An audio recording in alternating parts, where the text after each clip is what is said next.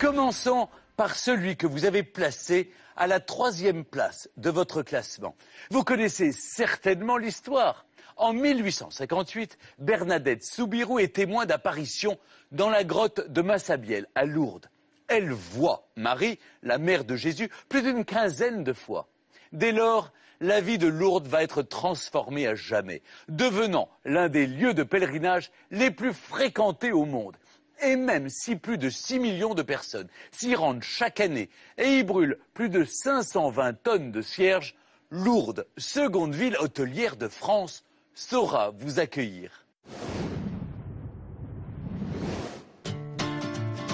Lourdes, une ville tout entière dédiée à son sanctuaire, un monument que vous avez classé en 3e position. De passage à Lourdes. Il y avait Radio Londres, branchez-vous maintenant sur Radio Lourdes. Bonjour, bienvenue dans cette émission De passage à Lourdes. Mathias anime chaque semaine une émission dédiée aux pèlerins. Et il est intarissable sur Lourdes et son sanctuaire. Un sanctuaire qui accueille 5 millions de visiteurs chaque année.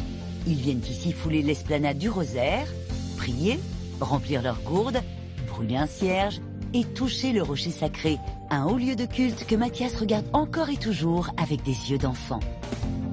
Lourdes, ce qui est extraordinaire, c'est la patte humaine.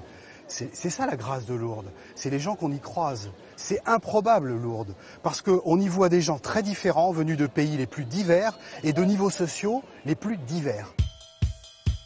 L'engouement pour Lourdes remonte à 1858. Cette année-là, en s'approchant d'une grotte, une certaine Bernadette Soubirous a une apparition, enfin 18, et pas des moindres, la Sainte Vierge, qui lui indique le chemin pour trouver la source. L'affaire s'ébruite. Lourdes, jusqu'alors bourgade tranquille des Hautes-Pyrénées, est prise d'assaut.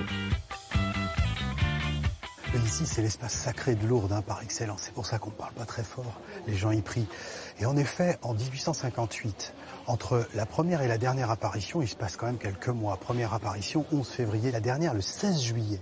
Et la dernière, en fait, Bernadette ne peut pas venir ici, puisque la grotte a été interdite. Les autorités politiques ont dit ça suffit. Lourdes est sans dessus-dessous. Le monde commence à affluer. Il y a une espèce de peur des autorités et qui décident d'interdire l'accès à la grotte. Le chemin ne restera pas barré longtemps, mais Bernadette, elle, est sous pression. Bernadette Soubirous était à l'époque une vraie rockstar, très sincère dans ses convictions religieuses. Toute la journée, elle était ennuyée, on lui demandait de raconter ses apparitions, on lui baisait les mains. C'était intenable, à tel point qu'elle décidera de quitter Lourdes pour vivre dans un Carmel à Nevers, et elle ne reviendra jamais à Lourdes. Mais les foules, elles, convergent de plus en plus nombreuses à Lourdes. On va alors décider de construire sur le site de la grotte de Massabielle un lieu de culte plus traditionnel. La demande vient même de très haut. En fait, la première basilique qui a été demandée par la Vierge, cette chapelle, elle est construite à l'aplomb du rocher de Massabielle, c'est-à-dire à l'aplomb de la grotte de Lourdes.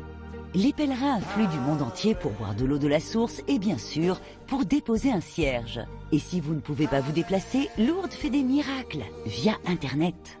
Du monde entier, on peut commander son cierge de Lourdes pour que nous puissions venir le déposer chaque matin dans ce brûloir et qu'il puisse brûler aux intentions des personnes qui se trouvent de par le monde et qui peut-être ne viendront pas à Lourdes ou jamais à Lourdes.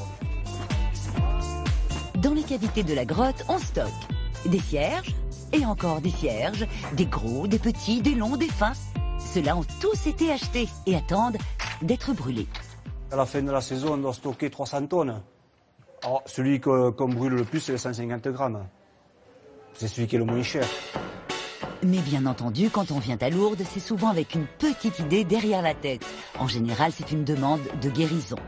J'oserais dire qu'à Lourdes, c'est le lieu des guérisons des cœurs et des corps, puisqu'il y a effectivement des gens qui disent être guéris à Lourdes. Mes bien chers frères, mes bien chères sœurs, reprenez avec moi tout ce cœur. 69 pèlerins ont été miraculeusement guéris suite à leur passage à Lourdes. Des guérisons reconnues officiellement par le Vatican et une ferveur à Lourdes qui n'a jamais failli. Un miracle.